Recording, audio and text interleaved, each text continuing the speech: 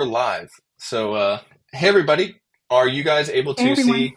Are y'all able to see us so far? Just want to make sure everything's working before we get started and make sure everything sounds good. Let's say I know we should start to see stuff in the chat. I think there's a little bit of a lag, and then we'll start. So stream's going, and then we'll ask. Okay, yeah, it's slowly turning on. This is very cool. Okay, I know Maxim was going to look for us real fast to make sure we're good.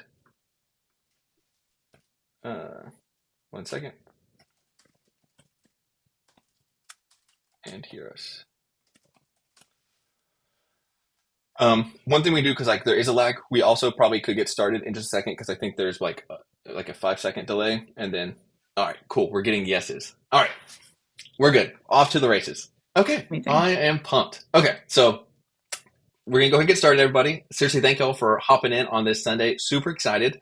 This is going to be our first episode of the Spotlight Creator AMA series with our first amazing guest, Ashita. So you guys are going to get to meet and learn everything from in this talk. So, quick overview. Like why are we doing this? So, in this new series, I'm basically going to be like showcasing a ton of the awesome creators that we have inside of the AI Developer Accelerator community. So that's a free school community that I put together to where AI developers of all skill levels, from like beginners to expert, all get to meet, hang out, ask questions, and then hop on weekly coaching calls. And then Ashita, she's been an awesome part of the community, so that's why she's here today to help teach us how to do things right. And then before before we actually dive into actually like the AMA and everything, I want to give you guys a quick overview of like how everything is going to work today. So in the first part, what we're going to be doing is more of like a one-on-one with Ashita and myself, where we're going to dive into asking her a bunch of questions to hear about her story, all the cool AI apps that she's building, discuss a few different app ideas that she has, some lessons learned from building these real world applications. And then my favorite part, we're going to be doing a tech deep dive so you guys can like understand what it takes to go off and like build some of these real world AI applications yourselves.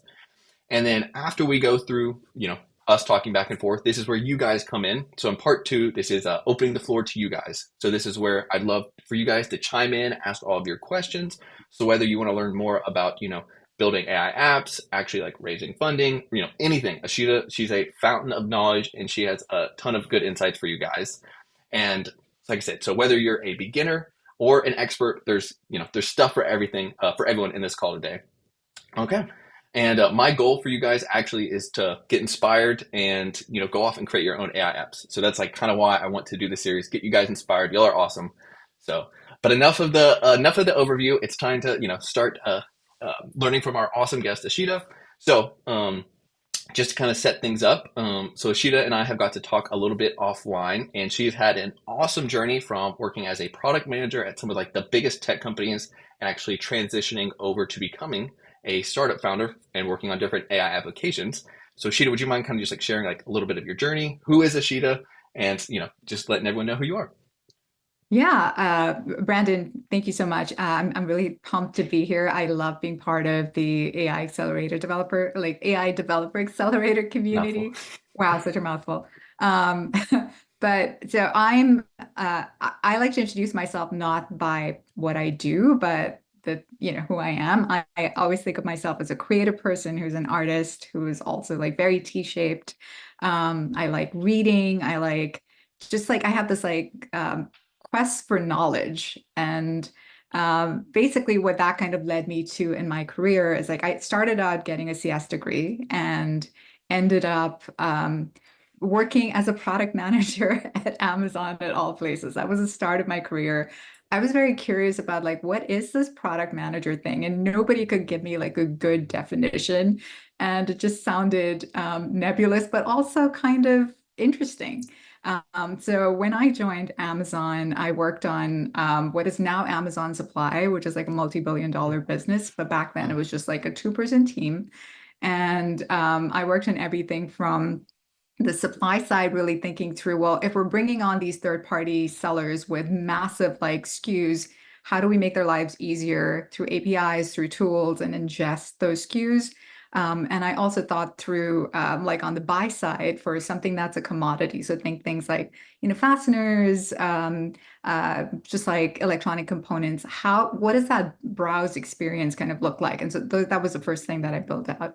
And from there, my appetite was like really like whetted for product management. I thought, well, this is like really fun, and I get to impact customers in an amazing way. And so from there, I went on to other companies like eBay. I worked primarily on search and discovery, mobile. Went on to another company called Telenav, where I was the director of product, ran product and design there. Worked on everything from search and discovery through the mobile app called Scout, which is this company does sort of like navigation. And if you have a GM, Ford, or Toyota car, they used to provide sort of navigation like in car.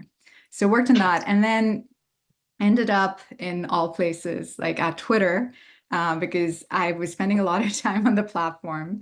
And one of my former bosses from eBay was at Twitter and said, "Hey, you're spending a lot of time on the platform. You should come join us." And at Twitter, I joined as the group PM for misinformation, election integrity, coordinated manipulation of Twitter's platform, like a lot of the seamy underbelly of the internet. And it was a very exciting time to like switch from all of these like working on things that improve engagement or working on like search and discovery to doing something that meaningfully impacts people in a good way. Because if I was like doing my job right, people wouldn't notice, but if things went wrong, like they would notice and get really mad. Yeah.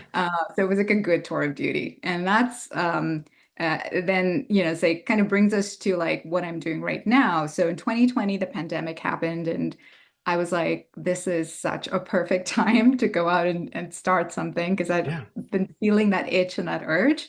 And I've just been like founding my startup ever since. Okay, awesome. So, like, quick recap. I think that's so cool how like you've got to be at the level to where you're like actually making the impact and like picking directions. Because yeah, the PM role, I know a lot of people are like, would you mind just like quickly explaining for like people that are like newer to, kind of like tech, like what does a product manager do? And then I definitely want to dive into you being, to a founder. Yeah, it depends on the company, and it depends. You'll get different definitions of like what a product manager does. Microsoft was the first company that pioneered product management, and they would famously only hire people who were already either engineers or had CS degrees, because it would enable sort of communication with engineers. And then Google took that discipline and like really, just like polished it into what it is today.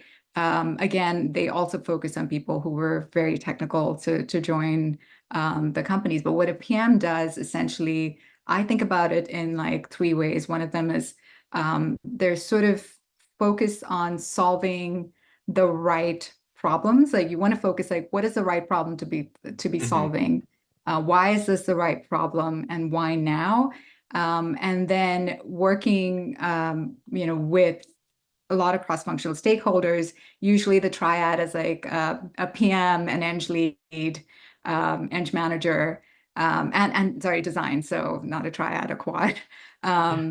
And basically you kind of work together to like you own an area, problem space, and you work together as a team to develop solutions for that particular problem space. I think I like to think about the PM as being the glue between all of the disciplines. But if you're doing your job right, you're actually like adding value as opposed to just doing busy work. Because like PM doesn't do anything that's like tangible, right? And so yeah, there's a lot of uh, zooming out and like making sure you're not only like the thinking through like the vision, but also thinking through how do you collaborate now with all of the people that you need, and how do you kind of make sure you're really in touch with what customers want and need, so you're building the right thing. I think that's awesome. All right, so I'm going to paint the picture just so we can go launch into you becoming, a founder. So up to this point, you are PM, like you've just described. You're out there crushing it, which I think most important part, like what you described, like picking the right problem. I think Mm. that is so underrated because if you're building something no one wants, you're just actually wasting time and money. So I think so you have all these like super strategic, high level skills. you said you also had a background in CS. So now we have the itch to go off and start founding our own companies. It's 2020, world shut down. You have plenty of time. So how did you pick an idea? How did you, find, did you work on it yourself? Did you work on it with a team? Kind of like, what happened next? Yeah. So when the pandemic happened and I was like thinking through, well, what's next? One of the things that I kept coming back to is like, I'm someone who likes autonomy. I'm very creative. I like to take risks. And when you're within a larger company, there's a lot of focus on like incremental changes.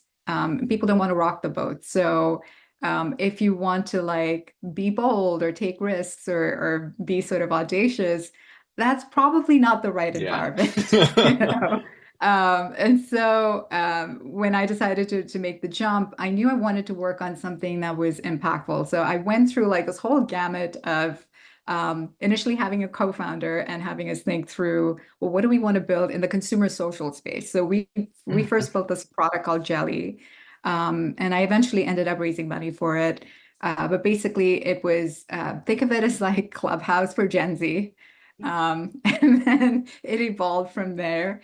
There were like multiple pivots. I ended up having a co-founder breakup. I ended up like raising money, hiring a team, and then through a lot of pivots with like varying degrees of success, eventually the product pivoted into this product called Fantunes, which launched last year.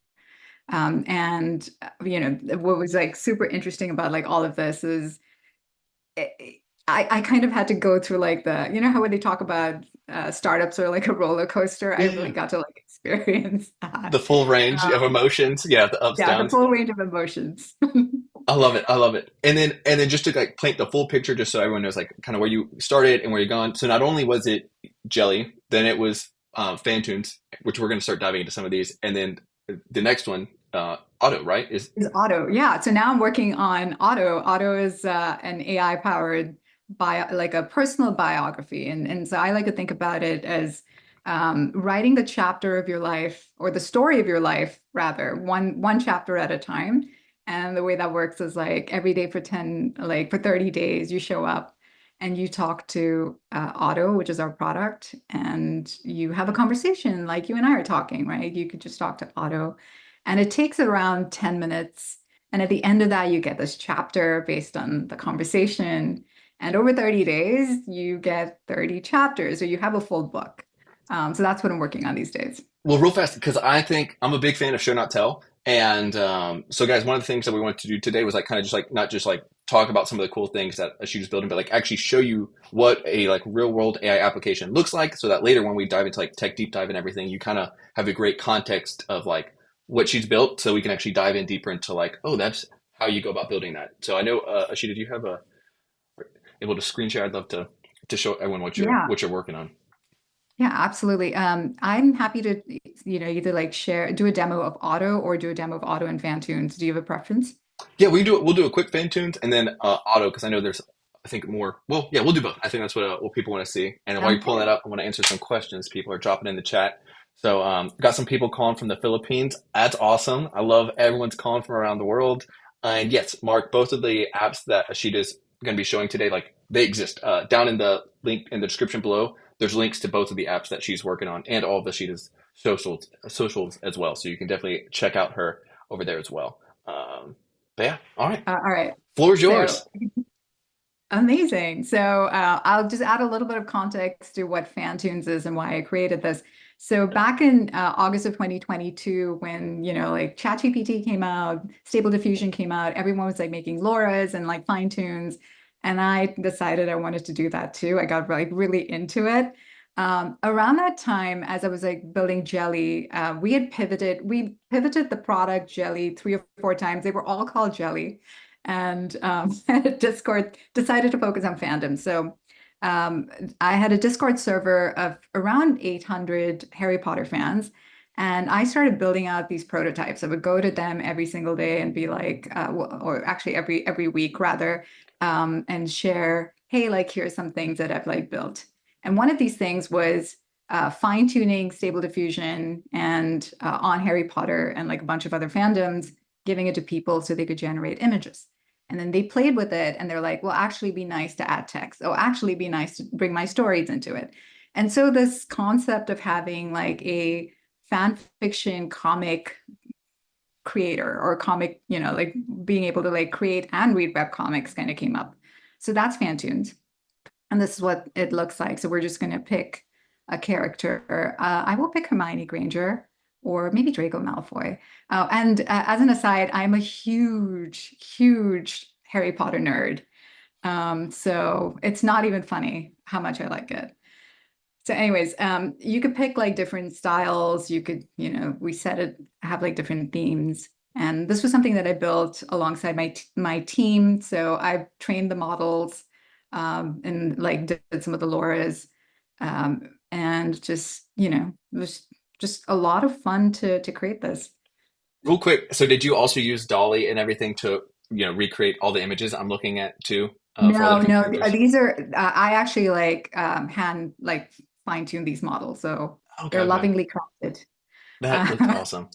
and I wanted to keep it like not photorealistic. So here's Draco glowering, and we can like say something, or I'm actually going to let ChatGPT. Oh wow, that is funny. So for people who don't know what to say, there's like you can always like tap into ChatGPT, but this is actually really funny. I'm gonna hit publish, and that's it. That's all it takes to like create one panel. And you'll notice there's this notion of or this button to create a story. So what we noticed people doing was they would take, they could select like multiple panels that they created and go in and add it to like a serialized episodic story. So as you create more panels, you can just like add it to the story, and then like people could like read what that looks like. So that's a product I thought was like really fun. This, I have a really soft spot in my heart for this. So I love this. And I want a few quick follow-up questions, and just like things that I think are super cool that we can talk about more. So question one, so people can publish these, right? yeah, people And can share publish. them. Yeah.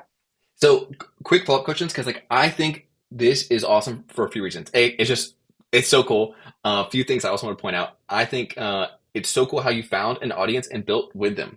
Because were you already a part of that Discord group, or how did you? Because I feel I like was that's the part of that biggest. Discord group. Yeah. You okay? Because I think one of the things that a lot of developers struggle with is like, I have a solution, I don't have an audience, but you were. It sounds like building with them the whole time, right? That's Yeah. so cool. You did it right. I love that. A few other things I think are super cool. Did you intentionally like going into this app think like, how can I make this like viral? Because like it's super cool because like it's viral from the start, just because you build it and share it, and that brings in other people. Um, was that like an intentional thought or just a cool byproduct? Yeah. Yeah, no. It was an intentional thought to have that viral loop. And that's how like Fantunes grew to about 60,000 plus users. And a huge part of that was this viral loop because people would share it on TikTok and on Instagram, and then other people would see it and they're like, what the heck is fantoons.xyz? And they'd go check it out. So a lot of that kind of spread through the fan communities on Twitter and not Twitter, sorry, TikTok and Instagram. Quick, what's the most viral Fantunes post? Is that a thing? Is there like a scoreboard? Somebody actually made stickers of the Fantoons like sticker, like their comics, went to Yeah. Universal Studios and the Harry Potter world and started sticking it on the backs of Seriously, people. I It's love that. hilarious. I'm surprised you didn't get a That's call the from tattoo legal. moment. That's like Fantoons' tattoo moment. That's when you know you've arrived. That is awesome. That's awesome. So we'll keep going, and I have a bunch of questions I want to ask about this, but I also want to show Otto just to give people context of Yeah, like all the cool things you're building. So when we dive in, they'll amazing. they'll know. Let me just change screens. Give me one sec. No rush. I have to drop in some more questions and comments along the way. Um, Cool. So now I'm building Auto, and as I mentioned, it's just a way to like tell your stories. So Fantoons was about creating stories based on the characters you love. This is again storytelling, but it's about you and you're the hero. And how it works is every day with 30 days, as I mentioned, you'll jump into these sessions. And I want to show you an example of a live example of a session and what that looks like. So you'll see here like a bunch of sessions that I've already finished. And think of a session as a theme. So something like a relationship with your parents, your early 20s, significant friendships, etc. I'm trying to like look at one that, isn't too emotionally charged. So let me see, what will be a good one? Um, hmm, let's pick gratitude. Like you can't go wrong with gratitude. I like to exhale, breathe, then let it all out. It gives you a moment to pause. Um, Sheeta, I'm excited to hear about your thoughts on the theme of gratitude. Could you start by sharing a story or memory that comes to mind? so I'm going to toggle audio off for a second, and then I'll respond to her. So every day, I have this gratitude practice where I write down 20 things that I'm grateful for in my journal. And it's such a great reset for my morning because it puts me in a good frame of mind and lets me focus on things that are working as opposed to things that are not. So now at this point, Otto's going to take what I said, make a transcript. I've turned off audio, but typically you would hear her talk. I don't know why I'm calling her her. Maybe it's because of the voice. But you can actually go in if Otto gets anything wrong, or let's say you want to add more, you could just go in and edit this transcript and save it. And there's just like going to be a lot more back and forth. So now I like the prompts that Otto's giving me. I can respond more thoughtfully. And more importantly, I can take my time. Like if I don't want to answer right away, I can think and then, take my time. And Otto won't interrupt you because I thought it was very important to preserve that feeling of, I'm in control of this. This is a safe space. I can talk about what I want to talk about. So there's just like this entire sort of flow will consist of a lot of back and forth questions and you answering and then Otto responding. And after around 10 questions, I felt like that was a sweet spot to get high quality chapters created. We'll have a button that tells you that you can now generate your chapter, and then you will click on it. And I don't want to go through it because then this is just going to be like a really, really long AMA. So let me show you a chapter that I created. And actually, I'm going to pick, instead of one that I created for myself, I'm going to pick some of the ones where I pretended to be Harry Potter characters. I love it. Give me a sec.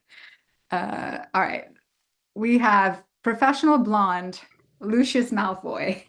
And this one's called In Pursuit of Power and Prestige. So basically, it was me pretending to be Lucius Malfoy talking. And it wrote a good story that actually humanizes Malfoy.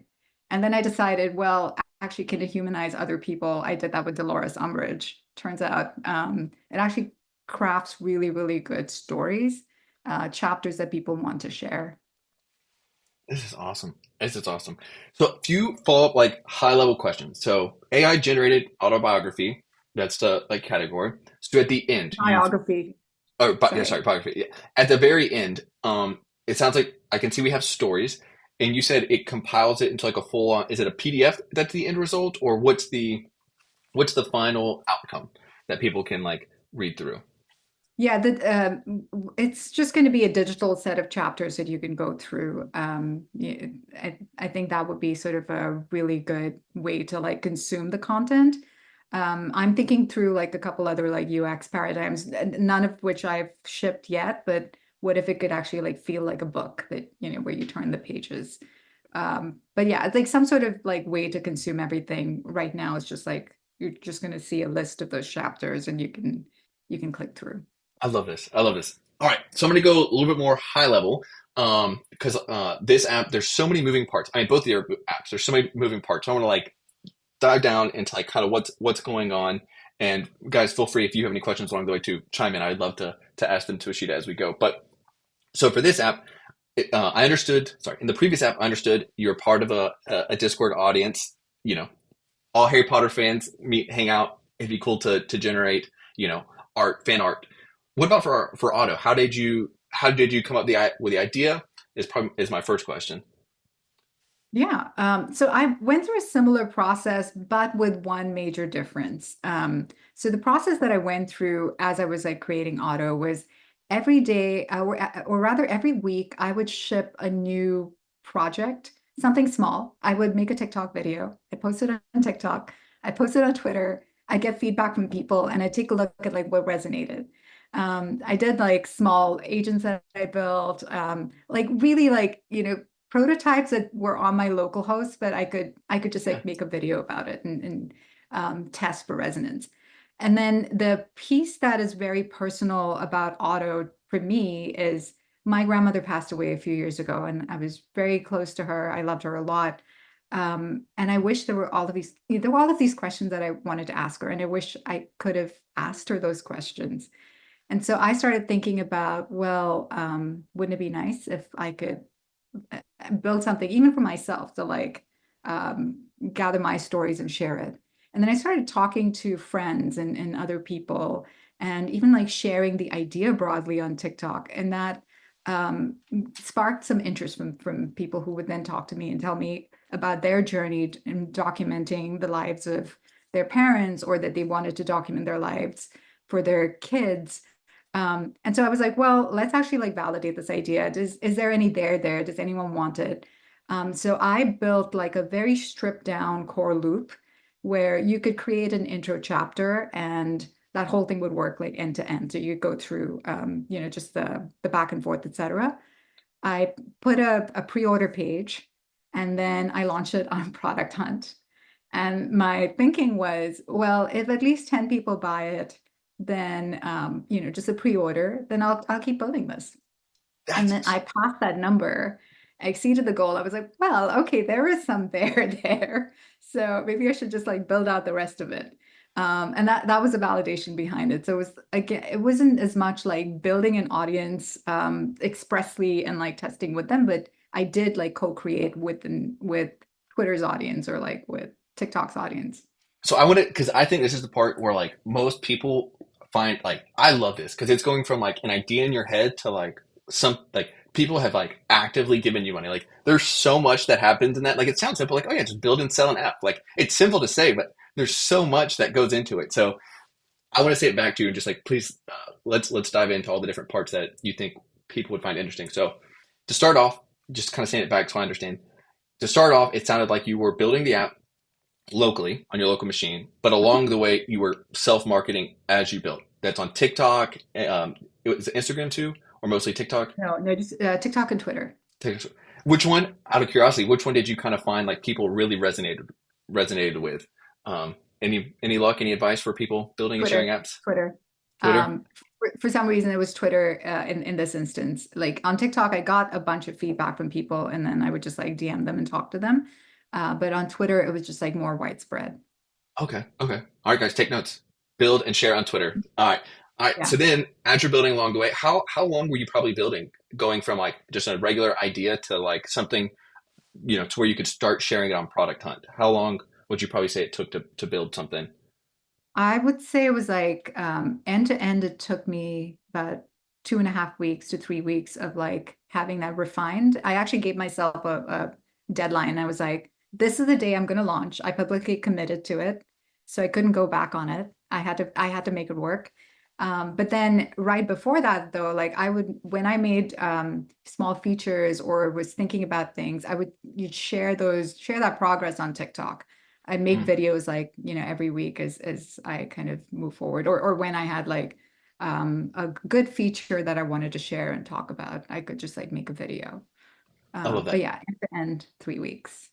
Okay, so a few questions. Some on the tech side, some on the like self personal side. So on the tech side, when you're going off and like creating this app and like setting it up, you said like beforehand you actually just set up like a core loop. What goes into like in your mind setting up like a core loop? Because that's I don't think people understand how important that is because you could end up spending months building unless you get crystal clear on that core loop. So kind of how did Mhm. like are you sitting there with a whiteboard? What's going on to kind of figure out something like that to where you can figure out your core loop? Yeah. My process is I do a lot of sketching in my notebook, and I like to like take the ideas and like lay down in my notebook. And once I've like gotten a good sense for when I think about a loop, like here's how I think about it. I think about what is that core action that people will perform on a regular basis, like the thing that they come to like do on your platform. And as I think about that thing, in this case, like with Otto, it's like that session where you're doing the back and forth, and then the atomic unit it creates as a chapter, right? So I was really focused on like what goes into like a good interview session. How does it become high quality? How does like, how is there sort of like ease of use, and like what does that interaction kind of feel like to the user? And I start with the feeling more so than what it looks like, because what it looks like can change over time. And then into like that particular like thing in the center, I think about what are the inputs that go in, like what are the triggers that get somebody to start, and then what is the feedback from this process? And then as people sort of like, like when you create the thing, you get a chapter. Well, what do you do with a chapter? Like maybe people share it and that triggers notifications, or that triggers like other people see it. And then more people come in and like, or the same people come in and like do the loop again. So I think about the loop as like a closed system that kind of goes around. I want to just like click on that just so people understand, because like what she just said right there at the final end is, I think, the most important part. Because like, just to recap, like there's black boxes along the way, like there's inputs, outputs, but the part that like makes this like explode and grow is that feedback loop where like you share a story that brings in people, there's a deliverable, people get excited. I think that is the coolest part, that you, when you are designing your core loop, you're thinking about not just how does this person get an awesome experience, but how does this also attract other people to come into my ecosystem to also do the same thing. I think that's so smart. I love that. I genuinely love that. I hope other people take that away as they're designing their core loop. Another thing on more of the soft side of skills, and more like not on the development side, but on the marketing side. So it sounds like self-promotion on like, and build as you go, like market as you go, is like a huge part of your strategy. So two questions on that. How helpful has it been? And then also, what's your advice to people who are maybe like a little bit scared about like putting themselves out there and, marketing their first app as they're building? What's, advice to them? Yeah, how helpful has it been? Very, like incredibly helpful. And I could not have like anticipated that. Right. And I feel like for people who are like considering it, don't stay on the fence. Like I feel like we're all builders, and we want to like stay in our little cave and build all day and not have to like go out and talk to people. But I think it's so important to have like first contact with feedback. So no matter what you like, I think it's like super important to like validate by um, sharing a screenshot, sharing click-through mocks. Think like super low fidelity. Don't put any pressure on yourself to like have something like fully baked. It can be super small. That conveys the idea. And then when you share it out with people, they will have responses, they will have feedback, and you can start following up with them and like, oh, I'm curious, like, tell me more. Like, why did you say that? That'll start sparking like more insights. And that I found was super helpful, because I used to believe that, well, maybe people don't want to hear from me. And, well, maybe I don't want to spam people too much. I promise you, you will not be spamming people at all. If anything, it's you want to like shout to like be heard. Nobody remembers, like nobody cares about anything other than like, their own sort of world and their own bubble. So they're not even going to notice. So launch and then launch again and then launch again. You can launch every day if you want to. I love that. It just depends on what you call a launch. So I would like honestly recommend that. Like, I love that. So I'm gonna turn this into like hyper actionable. So as someone's building it off. So I hope you've convinced them now to go out and shout to the rooftops as they're building, so that people know what they're doing. And then when you post your cool screenshot, that sounds like, anything that's visual that you can post, that sounds like kind of the strategy you took to help bring in eyeballs. Hey guys, cool new feature, check this out. And then the strategy though, to like start that little flywheel of feedback to help building a better app. It sounds like anytime you got any engagement, you were in the DMs. Like what would you ask how do you kind of start those conversations? Because I could feel like, like you said, we're in our caves downstairs, hiding from the world. So how do you go about, starting that conversation with a stranger? Yeah, so therein, like I feel like this is like an important skill to learn. So when you post, try to do like the double, like the two-step like reply. So basically it'll be like, don't share the link to your thing, ask people to drop like a comment, ask them to drop an emoji Mm, and in the comments and if they want access. When people do that, follow up with them and say, hey, look, you're interested in this. Like, would you be down to like chatting with me about X? Like set up like 10-15 minutes to talk to them. I want to talk about my project. They've already shown an interest in you and their project and like your project. Most people don't even do that. So now you have a legitimate reason to follow up. So be really prompt on the follow-ups. I would recommend that. And then when you talk to them, don't ask them if your idea is a good idea. Don't pitch to them. What you want to do is figure out, are like, do they have a legitimate problem or are they just complaining for the sake of complaining? Or are they just like saying they like your stuff because, it's a kind thing to do. You want to ask them questions that are, I would actually highly recommend this book called The Mom Test. okay. Everything that I'm going to say now is like a condensed version or the synthesis of what I learned from them. And so basically, the three things that I would ask them is, when was the last time you had a problem like this? And what did you do? Like, what steps did you take to solve it? Mm, You want to find out like almost like a recency and you want to see like, did they take an action? Like, is it really that much of a pain point for them that they took some action? Then you're going to start asking them like more questions around that, like, hey, what did you like about this? Like, what didn't work? And you're going to get like a very good set of like insights that you start documenting. And then I kind of go back to that periodically and just it starts jumping out at me. And so I can like figure out like these things happen super frequently. Maybe like this is a path to go down on, or something they say will spark an idea. I wouldn't advise you to just like take the ideas verbatim from people. You just want to get curious and yeah, just like kind of almost like feel like, like a child that's like, oh, like, that's interesting. Like, why?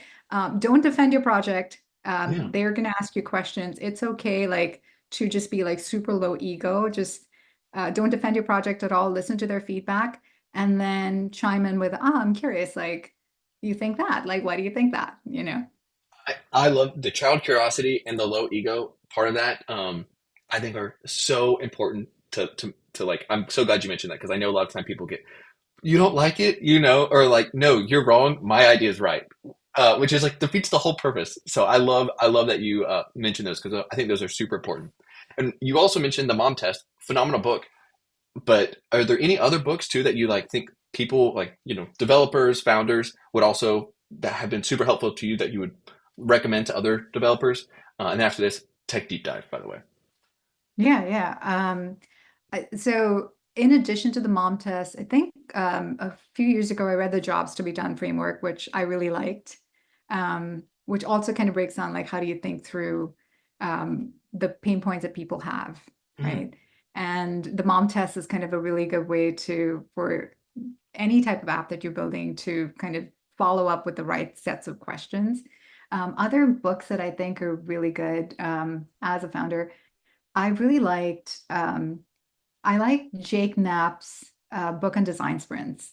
I ran a bunch of design sprints like prior to joining Twitter. I've done a couple on the side for startups that I advise. And then I did a couple while I was at Twitter. And it's like a really good, for those who are not like super familiar, it's like a good sort of like mental framework to either do it yourself or do it with a team where you yeah. can map out what your product kind of looks like, what flows look like, and you can sort of like test it out with users. It's super cool. I highly recommend that.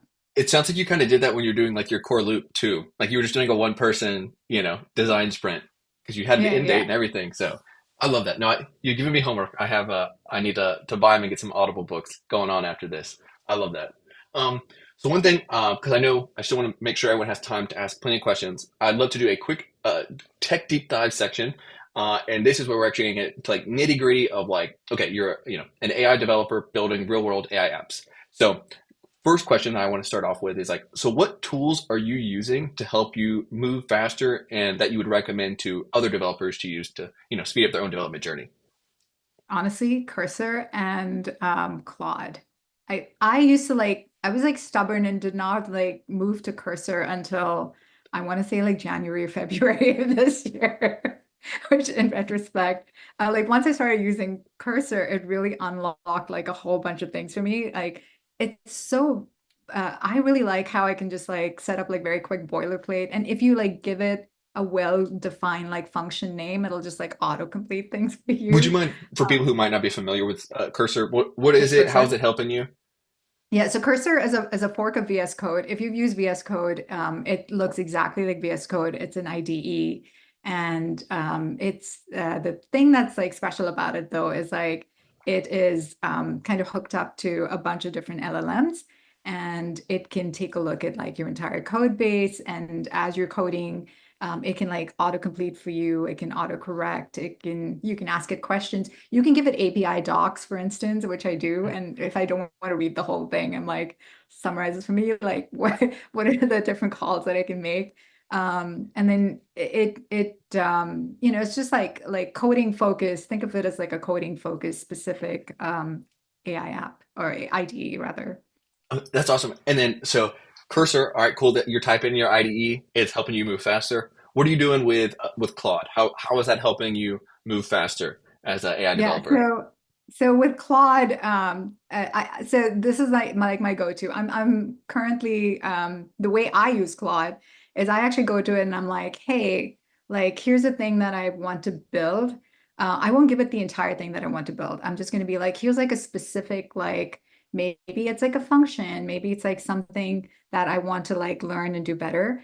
And I'll be like, can you teach me about this? So when I was doing like the media recorder stuff for Otto, Yeah. where we're like doing the recording and then like taking that and then passing it to Whisper. I actually asked like, well, I actually did this on ChatGPT, but I think the strategy applies to Claude as well. But basically, you could just like you have to be like super specific and like tell it like, hey, I want you to like, you are an expert full stack developer. And then you want to be like, hey, like this is write me Express and Node.js like Mm. code to blah blah blah if you wanted to like return like or whatever React and TypeScript or whatever, like you gotta like specify that. But then you could also just be like teach me how to do this, Mm. and which is what I do. Like I want to do this. How do I do it? Like teach me, and then it'll tell me how to do it, and then I can take that and like try it on my own.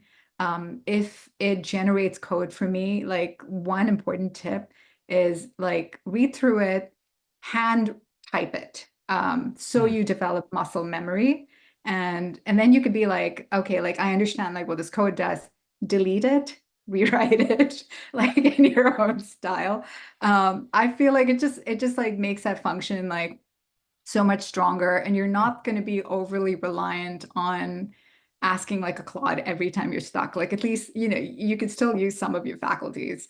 Um, yeah, but highly recommend it. So quick, out of curiosity, what percentage would you say your code right now in your code base is like you typed it versus Claude typed it for Auto? What's the spectrum? How Oh, how gee, how the it's AI it's dependent are changed we? so much. It's actually changed dramatically. Now I would say like it's like 70%, 75%, maybe 80% Claude. Which is, I love that. And I'm so glad you said that because I feel like a lot of developers have like a stigma of like, ooh, well, like I didn't write it, I'm a bad developer, but like you already know what needs to be done. And you were just like managing a junior developer do it. And like, Yeah. yes, you did it right. Yes, you did it right. Here's what, like, I loved your advice earlier on like scoping everything at the beginning. Because I've seen a lot of developers when they go off to build something, they're like, hey, Claude, build me the entire project. And that it just can't yet, No. but I love how you have like purposely like basically like you're delegating work to, like I said, a junior developer. Like, here's your little task. Here's exactly what the requirements are. And it sounds like you kind of just work with it from there and then, Mhm. add it to your project. I love that. Any other big tools you'd recommend before hopping into more systems Well, level. ChatGPT, when you run out of Claude credit. It's so funny you say that because right now I'm like, it'll tell me like, oh, you have to wait till like 6 p.m. You have to wait. I hate that. I feel like I'm in timeout as an adult. Like, you're in trouble. Go wait in the corner until you can come play with your toys again. So I hate I'm that. curious, like, do you actually attach files or do you like copy and paste? Because I think the context windows matter in terms of like how soon you get those messages. So my current strategy is buy multiple cloud accounts. That's strategy one. So I never have to go timeout. But the main thing is I actually so like in Claude, and I'll probably do a video on this just so you guys can kind of see like how to use Claude effectively in 2024. But current strategy in a nutshell is every time I build a feature, I'm literally following exactly your suggestion. I define exactly what I need to be done, and Claude allows you to upload like context, so you can upload honestly a ton of files. So per feature, I will upload all the relevant code files to build that feature, and then build it. When I'm done, I move on to the next one. And I've liked this strategy for multiple reasons. Um, One, everything's scoped. So if I ever have to come back and slowly add on to that feature, like one or two things, I have an entire chat dedicated to that feature. So that saved me a few times because, like, with ChatGPT, I feel like I just go on a never ending rant. And then I'm like, hey, go back. I need help on that again. And it doesn't. So I'm literally copying exactly what you're doing on the projects and just uploading files. So I love that. I love that. All right. So now I want to hop over to you building out. I think I want to go auto first and kind of tech deep dive, just because what I'd like to do is like start at like a 30,000 foot view of the app, kind of like what's the core system loop, like what are like how is things going from like a user input where I'm creating a new project, I'm about to start talking, and there's like a pipeline where things are going to go through. So like floor is yours. I'd love to just kind of hear what's going on, and we'll dive into a few cool topics. Yeah. So at a very high level with Auto, when a user sort of signs up and like they're in that sort of session, well, actually, I'll kind of go like a little bit, like zoom out a little bit more. Yeah. So when you sign up, I'm using Supabase Auth. So it does this magic link, and then people can use that to like log in, right? And then Yeah. once you're inside of Auto, and you're creating your first session, what happens is like the first thing you're going to do is like you're going to hear Auto speak to you and like ask you a question. And so all of that, the audio bits are, I'm using a service called Deepgram with very generous credits. It's like, I think they give you like $200, which Wow. is like pretty good. And like it's lightning fast in terms of like text to speech and speech to text.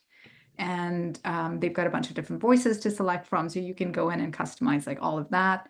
I believe I haven't done this yet, but that's on my to-do, is you can tweak it to kind of add things like inflection and emphasis and pauses and make it sound a little more human, and less kind of robotic. So that's sort of on my to-do list, but that's what happens there. And then behind the scenes, what it's doing is it's fetching a series of like I have like all of my API stuff kind of defined, and I have APIs for like all the questions.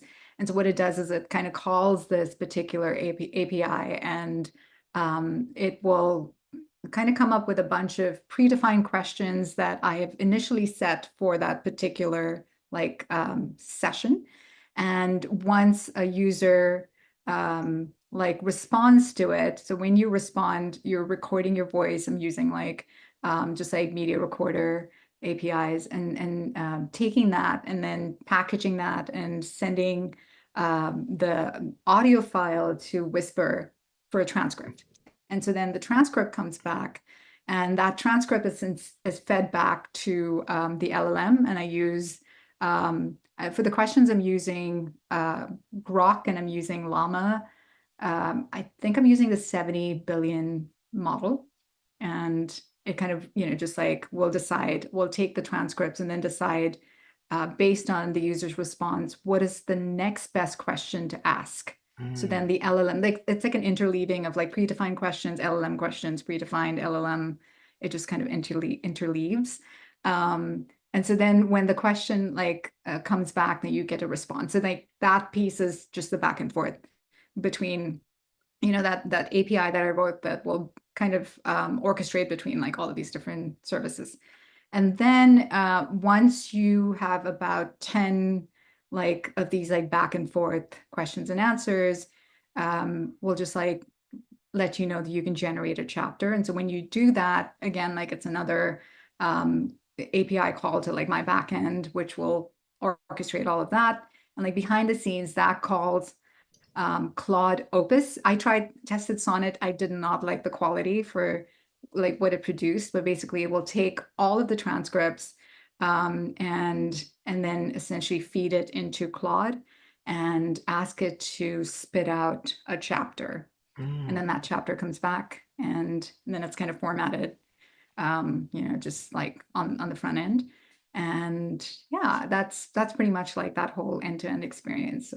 So I want to say it back just to make sure I understand, and then a few follow-up questions. So it sounds like your users there's a set of questions that need to be asked with the end goal of generating a chapter for a user. So let's just say 30 questions, 10 questions. What's happening is you're using AI to pick a question to ask, which is super cool. It sounds like you're using Grok and Llama because it was fast. Is that the main reason you're using those? Yeah, pretty much. Yeah. Okay. And then, so you're asking. And the quality of the questions is a lot better than ChatGPT. Like you don't really? get like, yeah. Okay. See, all the insights. Yes. I love that. And then, so you're asking questions. So one question, where is this happening? Because in my head, like, are you on a Next.js application to where this is running on like basically an API?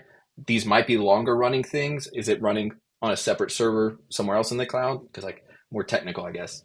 Yeah. So I have a Node JS backend and I'm using like an Express server. So I'm not using React right now for my front end, but it's like just vanilla JavaScript. Yeah. Because I'm super comfortable with it and I actually write really well in vanilla JavaScript. Hey, I love it. And then, so basically, where all of this like, and then it's kind of hosted on Render, which, like will render my site. But basically, like all of the backend pieces are APIs that I've like created, like specifically to do all of these different functions. Okay, I love that. And then, because like a quick follow-up I have on that is like, I know sometimes things take a minute, but now that I'm actually thinking about it, all your calls, they need to be quick. So like, you don't have like a 5-minute running job, right? Or like 10-minute. They're all pretty much like instant. They're pretty quick. Yeah. Okay. No, that's, and then just more to understand, Supabase, you said that's more using it for auth. Database too? Oh, so Supabase, I use it for three things. I use it for auth, and then it's my database. And I also use it as a vector store. So right now, not doing much with embeddings at the moment, but I will down the road. So everything that, as like transcripts are created, they kind of go into the DB and they also go into like the vector DB. Okay. Well, that's the cool part. Like you're building the foundation to set yourself up for some more, which is awesome. Mm-hmm. All right. Any other deep dive questions you think I should add that you think are important about the tech stack? Because I know we're going a little bit longer, and I definitely want to open up the floor to AMA. Anything you think important to mention about how things set up? Yeah, I first of all, I'm just going to say I highly recommend using Grok, and it's just blazing fast. It makes a difference. Otherwise, you're going to be waiting, forever. Well, not forever, but waiting a longer time for OpenAI. And I think the piece that I think might be interesting for the audience is I built a bunch of like failover mechanisms. So in case just Grok kind of times out, or like I run out of the credits on Grok, then, or rather rate limited, not run out of credits. If I get rate limited on Grok, I have a failover piece that's built in where it'll go to the next available like API, LLM API that I've set up. I think that's very cool. You actually, when you mentioned to that me and the AI, like our weekly coaching calls, I was like, that's genius. That makes so much sense, especially because like Grok is lightning fast, but you can get rate limited kind of fast. until just until they start allowing you to pay a ton of money. But Mm. I think that fallback idea is so smart. And you get to start with the fast ones, then to the smart ones, and then maybe the like slow and cheap. Like you have a bunch of options. I think that was a genius setup that you set up inside of your app. So okay, guys, what I'm going to do next, what we're going to do, open the floor to questions from you guys, and what I want to do is just, like I said, feel free to ask questions down in the YouTube chat, and then I'm just going to pop them up to Ashita, and we'll just kind of go from there. All right, so I'm going to kind of start back at the top of the stack to see if there's anything that was mentioned that we didn't get to fully talk about. Let's see. And seriously, thank you guys for all hopping on today and listening to this. I hope you all have learned something along the way, and I'm excited to start answering your questions. I know Tim has a question. If you want to add that, talking to him. Let's see. I'm just trying to find the questions. So I guess someone has a question about Otto. So is it paid, free credits? Kind of how does Otto work? Yeah, so Otto is, you can do an intro chapter for free so that people can kind of get a taste for it and see what the quality of the chapter looks like. It's not as in-depth as like the full range of sessions. So Otto is paid for now. So once you've done the intro chapter, you have the option if you want to like have lifetime access to like all of the sessions and like the additional sort of like features and sessions and things I'm going to be adding, like you can sign up from inside of Otto. Okay. Okay. No, makes sense. Mark has a follow-up question for you. So he wants to know what are your thoughts on using like low code tools like Retool to build out some of the apps? What are your thoughts on that? I'm not familiar with Retool and I haven't used it. So I don't have like a thought that wouldn't be speculation. But I do think like what I'm hearing though is like the unspoken question of like, can I get started with no code or low code? And I think you absolutely should. Like, don't wait for someone else. Like, don't wait for the perfect moment. There is no perfect moment. Don't wait for the right tutorials. Just like get started. See how far like Retool can take you. Yeah. And if you've got questions, like join Brandon's school community. We're all there. We could sort of help you through it. I got you. I got you. Thanks for the shout out. I appreciate that. Let's see. Genesis had a quick question. So like on the developer side, you're obviously running these workflows where you're working with like Grok and LLM. So like for like a run through your app, like a workflow, like how much would that cost basically? Honestly, with Grok, Grok doesn't charge right now, so it's free, Okay. Hey, which that's the is best. like amazing. Yeah. The Claude, I've actually like prepaid and I've just have like a set of credits. And like once that runs down, I've just have it set up to like automatically refill. It hasn't been too crazy. When I switched, like Sonnet is like a lot cheaper than Opus, but I'm using Opus because of like the quality. So that's totally fine. That's part of the reason why I'm like deciding like charge as opposed to like, kind of keeping it free. What I'm gonna do real fast, just because I know some people have like longer questions, I'm gonna just drop a link. Guys, feel free, hop on the Zoom call. We'll do this for a little bit. Please be respectful. This is YouTube Live, and but I think we're gonna let a few people hop on. Tim, I know you had a question as well, so yeah, please just be muted and whenever hopping on the call.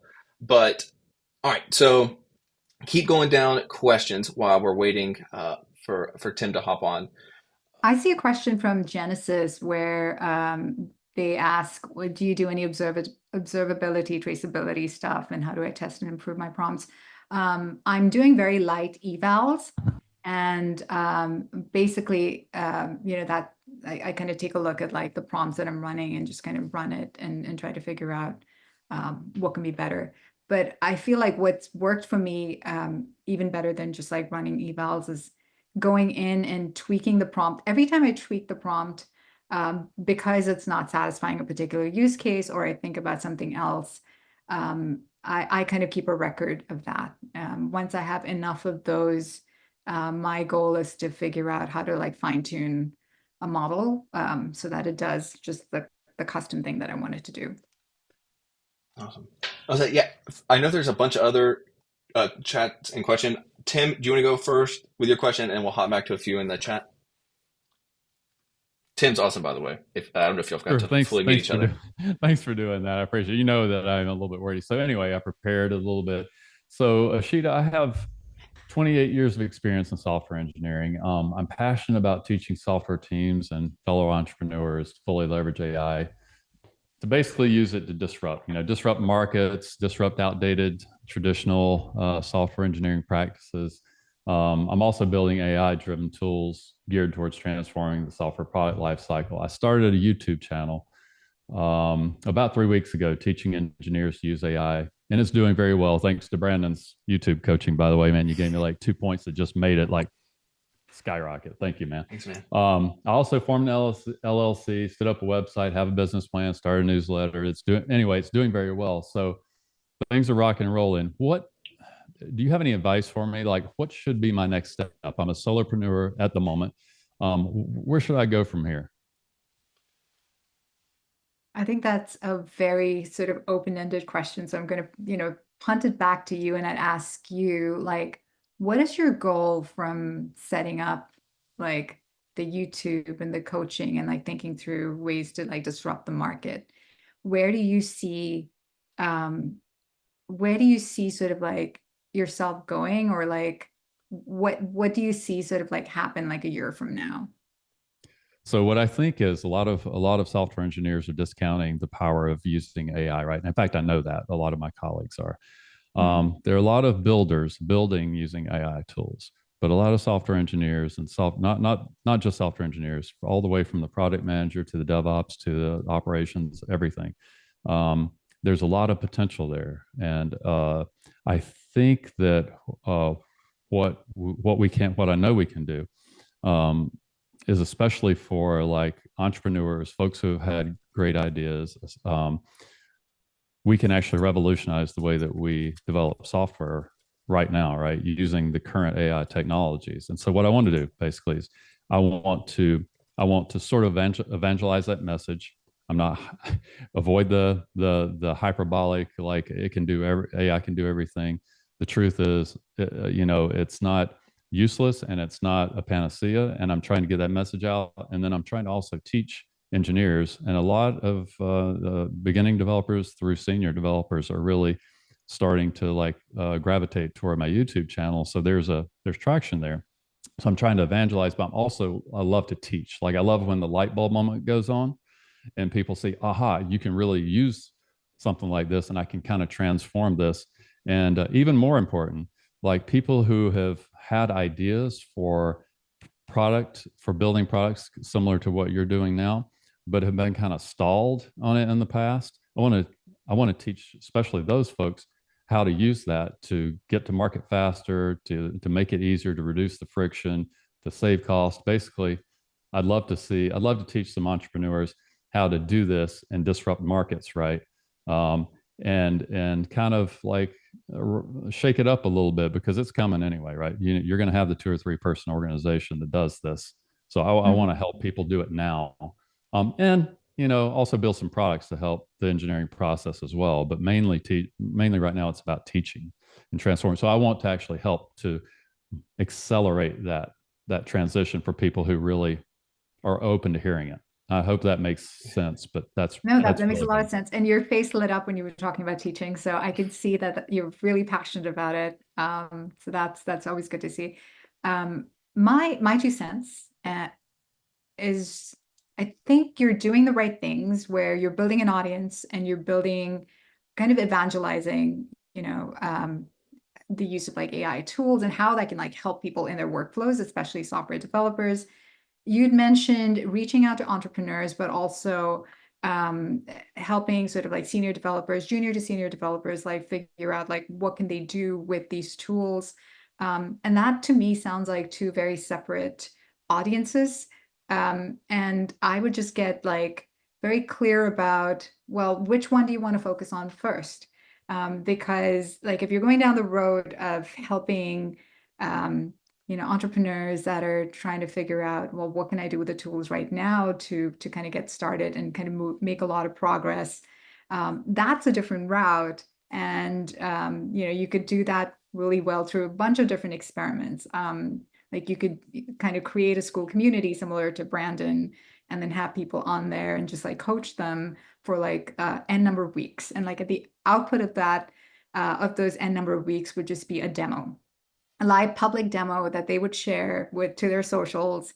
And it's just like a really great way to give them confidence, and like you're boosting like their confidence, but also they get the reps in terms of like sharing progress along the way, like every single week. And kind of like closes the loop and kind of brings you like more traffic. I feel like that's like a route to pursue. If you were going down sort of like I'm helping more seasoned developers, either like junior all the way through to like senior developers in organizations, then that's sort of like a very different audience, and sort of would take a very different approach, where you could go pitch to companies and just kind of say like, this is my menu of services that I offer. Here's how I can like add value to like your organization to kind of get, the developers on your teams kind of be more effective, efficient, productive using AI tools. And this is what I've done. Like, these are my case studies, and like kind of build that. And that would be sort of a very different like route, super lucrative, but also, and like, I feel like there's like a lot of opportunity there. Yeah, I appreciate that. And just one little piece, because I know other people got some questions, is that is really wise and important for me to hear, because what I see is exactly what you said. Is when you're talking about the economics of it, the financials, the pocketbooks are held by the organization, the CTOs, the CIOs, the engineering managers, right? And so there's a lot of incentive to go that route, but that's kind of not where my passion really lies. And that, so I'm trying to like, okay, well, I know that that's where the money is, but that's not what I'm saying my passion is. I would love to help people who have dreams, have passions to build something, like do it faster, disrupt the market. So that's cool. That's cool. Tim, I appreciate that. I'm gonna quick thing, real fast, close loop. That I think, just going back to what Ashita talked about today, that I think would be super applicable to what you're doing, and we're gonna hop to the next question. Is, and she just also alluded to it, like the closed loop. Any way you can build a closed loop to put something in the world to then get feedback to then tell you if you should do more or less of it, the better. So I know Ashita was awesome at building a feature for her app, and then she would like, basically anyone that engaged, she'd follow up to see like what they liked about it and why. I think the more you could do that on YouTube and Twitter, like kind of what you've been doing on YouTube, just basically build something, show it off, and then dig into what people are asking in the questions below to see if you should do more of it or less, or change to a different topic. I think the more times you can keep going through that flywheel, I think you'll be able to find a lot more ideas to go deeper on, and just get a better understanding of like market wants and needs. So I hope that helps, man. Also, always good seeing you. That's very helpful. I appreciate the time, man. Appreciate the advice. That's great. All right. See you, Tim. Good, man. Good seeing you. All right. We're going to hop through a few more. I kind of put like a list together real fast. So Maxim wanted to know, what do you see Otto look like in 1 year from now? That is such a good question. So my firm belief is that the ideas, you don't find the perfect idea.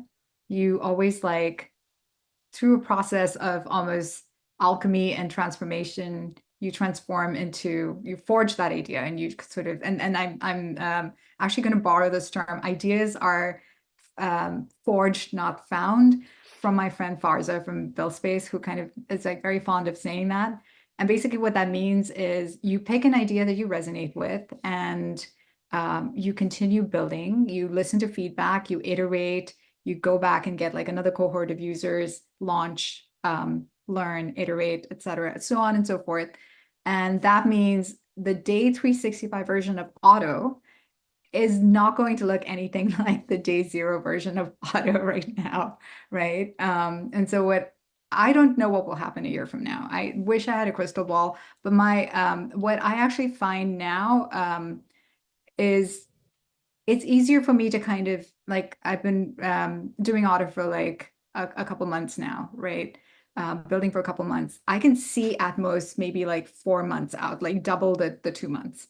And I can see like what that's going to look like in 4 months. like at 4 months out, I could sort of like see like 8 months down the road.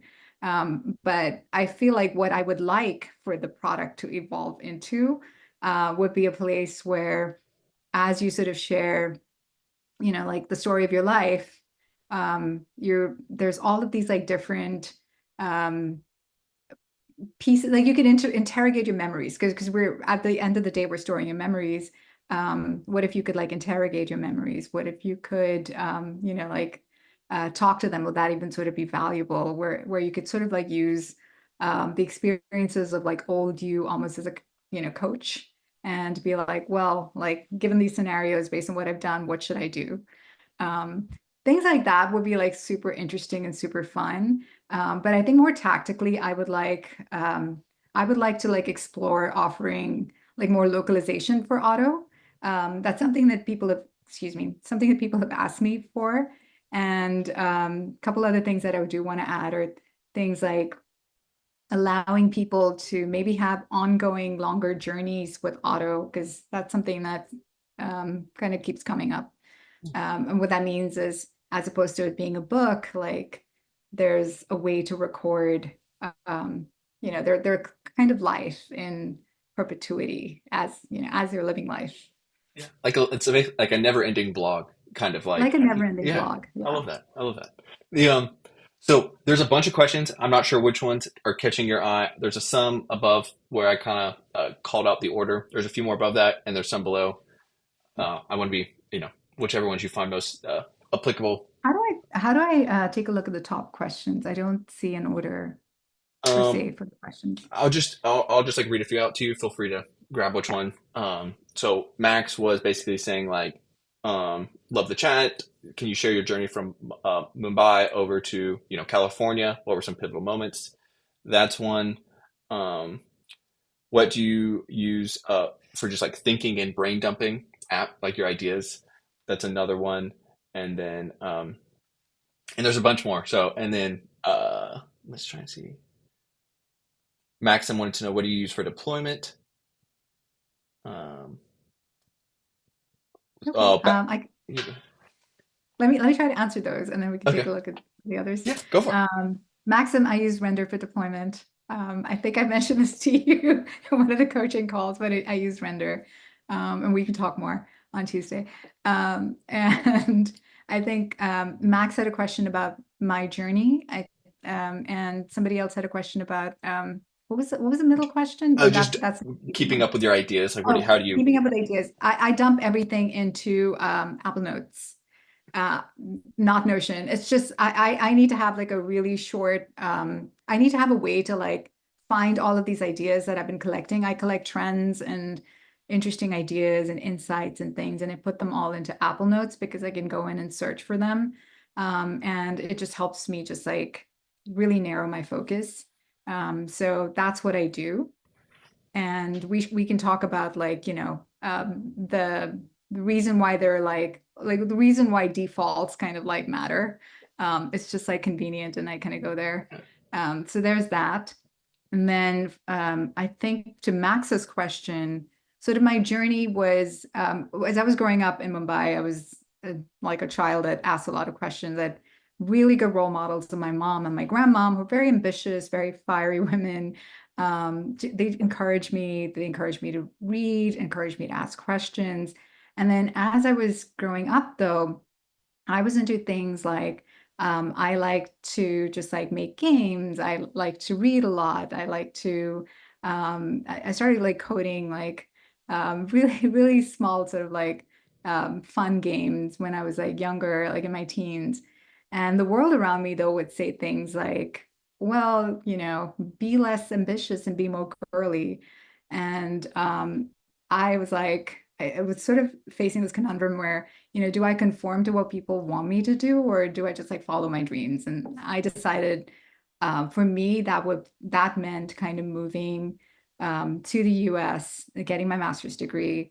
I got a CS master's, and then sort of like just like focusing on things that I wanted to do, as opposed to what sounded good to well-meaning family, friends, society. I wanted to be able to forge my own path. And I didn't want for anyone else to tell me what that would be like. So I just needed to do it with no preconceived notions. Yeah. And that's really kind of explains journey.